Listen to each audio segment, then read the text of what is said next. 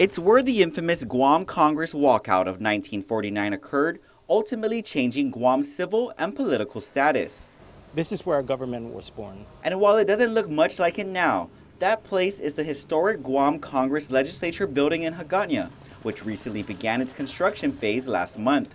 Chief Program Officer Joe Hagatna from the Guam Preservation Trust says contractors BME & Sons recently completed the first phase of the project, which is called the soil overburden fill.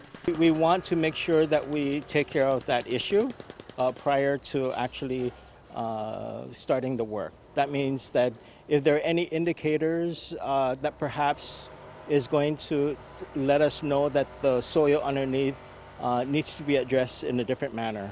And while the Guam Museum next door encountered its own set of issues over the soil, Hagatna says this won't be the case here. One, that there was a foundation, and the second one is that we're not building over 2 stories, so the structure itself is not going to be compromising the soil. The Preservation Trust will not be demolishing any part of the building and instead will work with the original footprint and restore 2 wings of the building.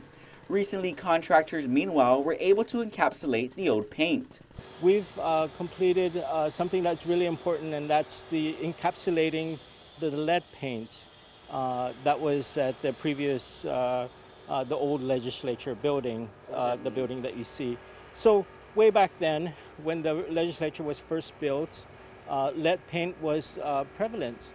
Now we find out lead paint is not so good for the environment. And while it's only in the beginning stages of construction, or about 10% of the way, Hagatna says the old Guam Congress Building will fit perfectly with the revitalization of Hagatna.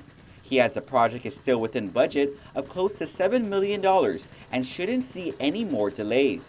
The rehabilitation and restoration of the Guam Historic Congress Legislature Building is expected to be completed in the second quarter of 2016. Reporting for Guam's News Network, I'm Ken Quintaniza.